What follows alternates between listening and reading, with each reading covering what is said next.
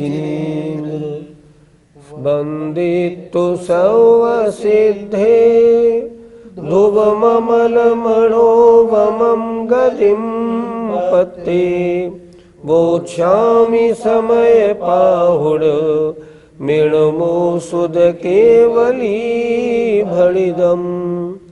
पंच परमेष्ठी भगवान की जय।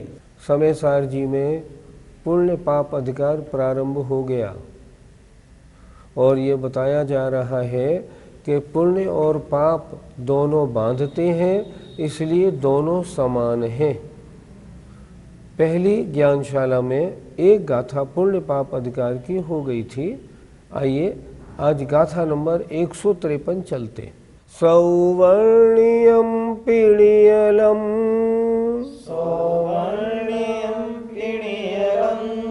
बन्धदि कालाय सम्पिजः पुरुषं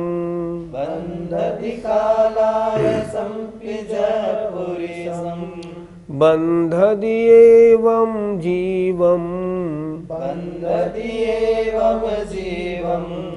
सुहम सुहम वा कदम कम्मम। बोलिए। सौवर्णियं पिणियलं बन्धदि कालाय सम्पिजः पुरुषं बन्धदि एवं जीवं सुहम सुहम वा कदम कम्मम। सौवर्णियं पिणियलं बन्धदि कालाय सम्पिजः पुरुषं बन्धदि एवं जीवं सुहम सुहम वा कदम कम्मम। गाथा के एक एक शब्द का अर्थ ध्यान दीजिए। सौवर्णियम सोने की, पी भी ऋयल माने बेड़ी, बंधदी बांधती है, और कालायसम अर्थात लोहे की बेड़ी भी, जह माने जैसे, पुरुषम माने पुरुष को बांधती है। अगर सोने की बेड़ी लगो तो भी बंधन हो गया, लोहे की बेड़ी हुई तो भी बंधन हो गया। एवं इसी प्रकार जीवम माने जीव को बंधदी बांधता है, शुभम अशुभम शुभ और अशुभ, कदम माने किया गया कर्म, अर्थात शुभ कर्म करो या अशुभ कर्म करो, दोनों किए गए कर्म जीव को बांधते हैं। कर्म का बंध तो है ही, इसलिए जीव को बांधते हैं। आचार्य क्या कहना चाह रहे हैं? आचार्य कहते हैं यद्यपि जो शुभ बंध है और अशुभ बंध है उसमें इतना अंतर है कि शुभ बंध सोने की बेड़ी, अशुभ बंध लोहे की बेड़ी, लेकिन दोनों बंधन तो है ही। इसी प्रकार उन्होंने कहा जीव चाहे शुभ कर्म का बंध करे चाहे अशुभ कर्म का बंध करे, बंध तो है ही। फिर एक बार देखें। सौवर्णियम सोने की भी, नियम माने नियलम माने बेड़ी, बंधदी बांधती है, और कालायसंपि लोहे की बेड़ी भी, जह माने जैसे, पुरुष को बांधती है। तीसरी लाइन पे आइए। एवं इसी प्रकार जीवम माने जीव को सुहम असुहम, शुभ हो या अशुभ हो, कदम माने किया हुआ कर्म, बंधदी बांधता है।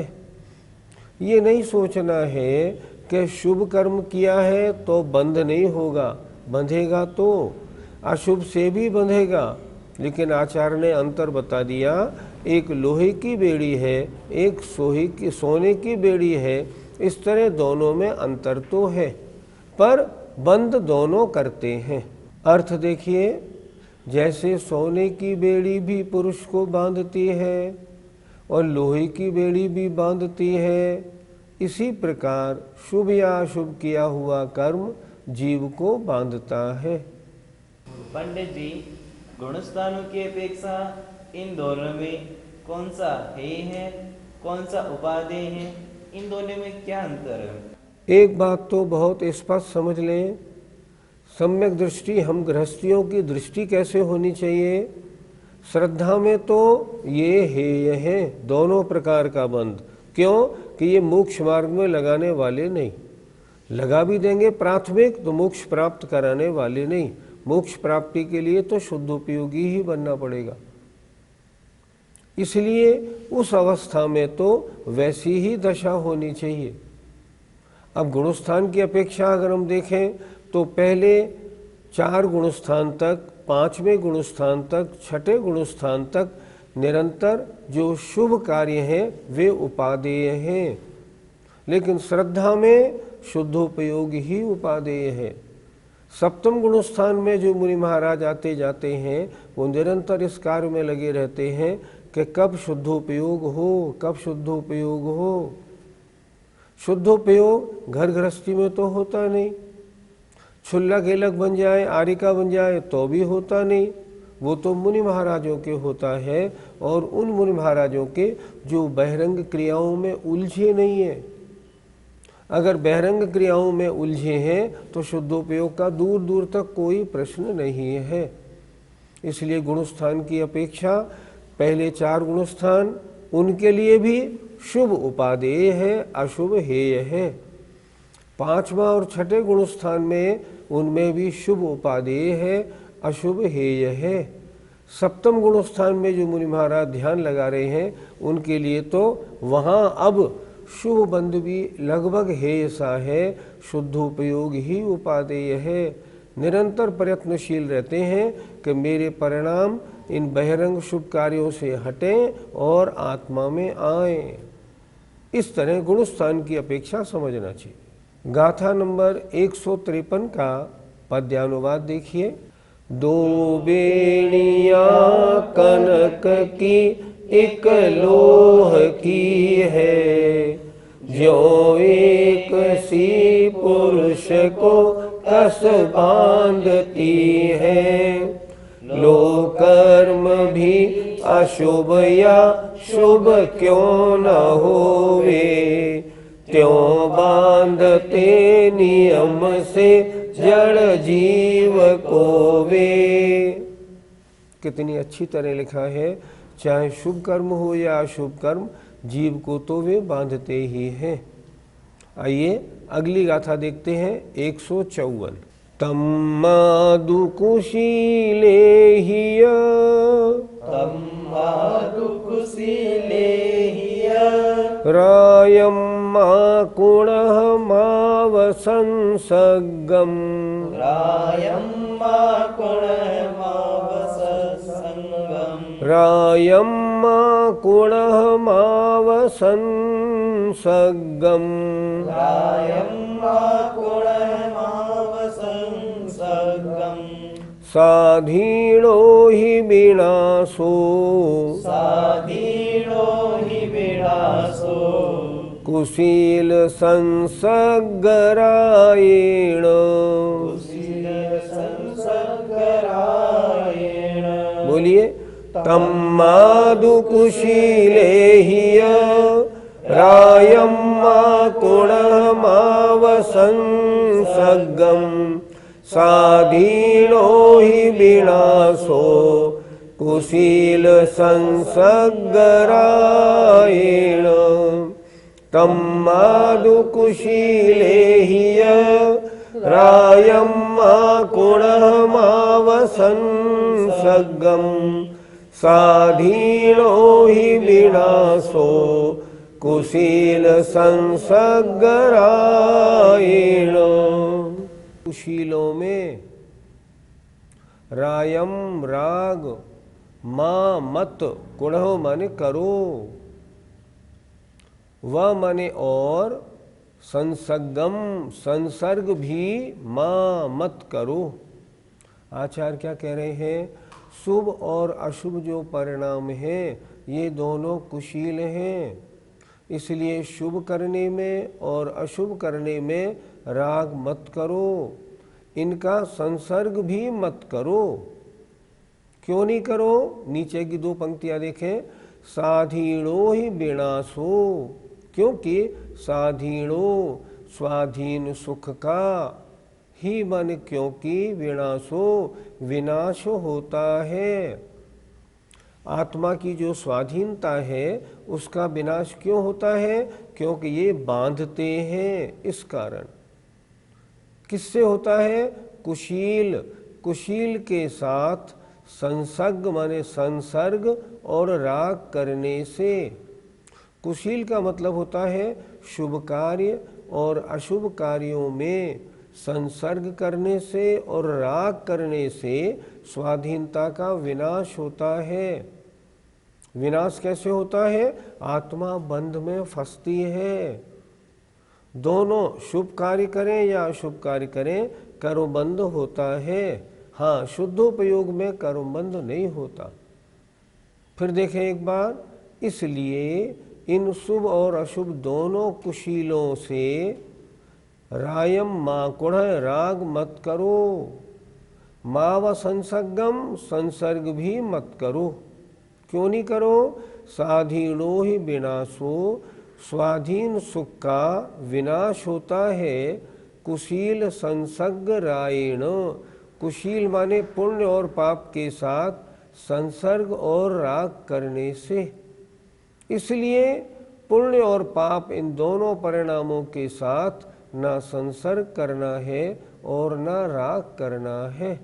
कुंद कुंद महाराज की ये आज्ञा है। अर्थ देखें, इसलिए शुभ और अशुभ इन दोनों कुशीलों के साथ राग मत करो तथा संसर्ग भी मत करो, क्योंकि कुशील के साथ संसर्ग और राग करने से स्वाधीन सुख का विनाश होता है। पंडित जी, फिर हम किन कार्यों में राग और संसर्ग करें? मुनि महाराज की अपेक्षा बहिरंग प्रवृत्तियाँ, जितने भी संसार संबंधी कार्य हैं, इनमें क्या करें? इनमें राग भी नहीं करें, संसर्ग भी नहीं करें। तो क्या करें? जितना बने उतना आत्मचिंतन में, अपने आत्मा में अपना समय लगाएं। अब बात आई हमारी आपकी, हम और आप क्या करें? हम और आप राग करें शुभाश्रम में, संसर्ग करें शुभाश्रम के निमित्तों में, ताकि हमारे शुभ बंध हो, शुभाश्रम हो और वो शुभ बंध हमें अगले जन्मों में ऐसे निमित्त, ऐसी जगह ले जाए जहाँ हमारे कल्याण का मार्ग हमें आसानी से मिल जाए। अगर अशुभ बंध में हम लग गए तो एक इंद्री दो इंद्री में जन्म हो गया, अनंत भव असंख्यात भव यूं ही बर्बाद हो जाएंगे। इसलिए हम गृहस्थियों को क्या करना? मन लगा के धार्मिक कार्यों को करना है। मन लगा के धार्मिक कार्यों को करें। कुछ लोग ये कहते हैं हम तो पूजा करते हैं हे मान के। नहीं, बिल्कुल 100% गलत। दुर्गति होगी गारंटी से। नहीं, ऐसा नहीं। पूजा करो और पूजा मन लगा के करो, भक्ति से खूब डूब डूब के, एक एक शब्द का अर्थ समझ समझ के, और पूजा करो मन वचन काय से करो। जो गृहस्थ के षट कर्म बताए हैं आचार्यों ने, उनमें लगना हमारा परम कर्तव्य है। हमको क्या करना? हमको उसमें लगना है, पर वो धारणा नहीं भूलनी, क्योंकि इस भाव में मोक्ष प्राप्ति का साधन नहीं है और अभी हम मुनि नहीं बने हैं, इसलिए ये परम उपादेय है। लेकिन मुनि अवस्था होगी तब हम शुभ अशुभ की ओर ध्यान न देके शुद्धोपयोग में लगेंगे। साक्षात मोक्ष मार्ग तो वही है। पंडित जी, ऐसा कोई तरीका है क्या जिससे गृहस्थी में शुद्धोपयोग हो जाए? सच पूछो तो ज्ञानार्णवकार ने बहुत अच्छा लिखा है। उन्होंने लिखा है गृहस्थ के तो ध्यान ही नहीं होता। जाप देने बैठता है तो मन भागता है, स्वाध्याय करता है तो मन भागता है, पूजा करता है तो मन भागता है। अब जिस गृहस्थी में शुभोपयोग ही नहीं हो पाता हो, वहाँ शुद्धोपयोग की चर्चा कैसे करें? चर्चा करना तो बड़ा आसान है, कि हमें शुद्धोपयोग, हमने आत्मा के बारे में सोचा, आत्मा हमें चमचमाती हुई दिखाई पड़ी, ये तो हमारे विचारों की कल्पना मात्र है और इससे ज़्यादा कुछ नहीं। इन बातों में कुछ नहीं रखा। ऐसे नहीं होता कि इस तरह अगर करेंगे तो हमारा शुद्धोपयोग हो जाएगा। कुछ लोगों की धारणा है कि चतुर्थ गुणस्थान वर्ती जब आत्म संवेदन में लगता है तब उसके शुद्धोपयोग होता है। मैं कहता हूँ शुद्धोपयोग की परिभाषा क्या है? शुद्धोपयोग की परिभाषा कषाय रहित परिणाम। चतुर्थ गुणस्थान वर्ती के तो अभी अप्रत्याख्यानावरण, प्रत्याख्यानावरण, संजुलन का प्रति समय उदय मौजूद है। देखे तो आचार्यों ने क्या लिखा। जब आचार्यों ने लिखा है इनके ध्यान चिंतन ही नहीं होता, शुद्धोपयोग तो बहुत दूर है, उसका तो कोई प्रश्न ही नहीं है। वज्र की लकीर है लिखी हुई, गृहस्थियों को, वस्त्र सहित लोगों को कभी भी शुद्धोपयोग त्रिकाल में ना हुआ है, ना आज होगा, ना हो सकता है आगे। किसी भी शास्त्र में इसका उल्लेख नहीं मिलता, समर्थन नहीं मिलता। इसलिए ये धारणा तो छोड़ दें। फिर क्या करें? जैसे बने वैसे शुभोपयोग मन लगा के करें। मैंने देखा आजकल तो कुछ लोगों ने पूजा करना छोड़ दिया। उन्होंने कहा नहीं, पूजा करना तो बेकार का काम है, हम नहीं करते। हम क्या करते हैं? हम तो मात्र स्वाध्याय करते हैं। बिल्कुल गलत। श्रावक के कर्तव्यों में स्वाध्याय क्या लिखा? बाद में। पहले लिखा देव पूजा गुरु पास्ती। सबसे पहले देव पूजा। पहले जो आते थे 4 कर्म लिखे थे गृहस्थों के लिए, उसमें लिखा था दानम पूजा मुखम सावय धम्मम न सावया तेण बिना। दान और पूजा श्रावक के मुख्य धर्म है, इसके बिना श्रावक नहीं। जब इतना स्पष्ट लिखा हुआ है फिर पूजा से क्यों भागना? पूजा मन लगा के करना, एक एक शब्द सोच सोच के, समझ के करना, अच्छी सामग्री से करना, हर तरह से ऐसी भक्ति में डूब के करना जो हमको शुभ कर्म का महान बंध हो और अगले भवों में हमें मोक्ष मार्ग मिल जाए। गाथा 154 का पद्यानुवाद देखते हैं। दोनों शोभा शोभ कुशील, कुशील त्यागो, संसर्ग राग इनका तज नित्य जागो। संसर्ग राग इनका यदि जो रखेगा, स्वाधीनता विनशति दुख ही सहेगा। जय जिनेन्द्र।